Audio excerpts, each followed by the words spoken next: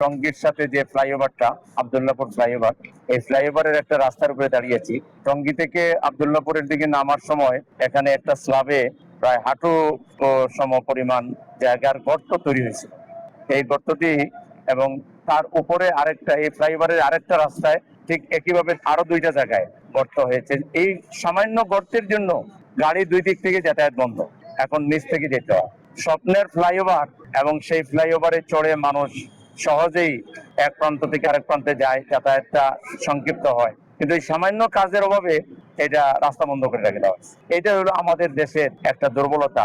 যারা লোকাল গভর্নমেন্টে আছে বা সরকারের বিভিন্ন দায়িত্বে যারা আছে, তারা জনদুর্ভোগটাকে ওয়াচ করার, নজরে রাখবার টাইম তাদের নেই। তারা এত ব্যস্ত থাকেন যে কোথায় কি অসুবিধা হচ্ছে এটা তাদের দেখার সুযোগ নেই। আমাকে কালকে একজন ভাই বললেন, আমাদেরই ভাই, যে ভাই আপনি তো জনগণ নিয়ে চিন্তা করেন,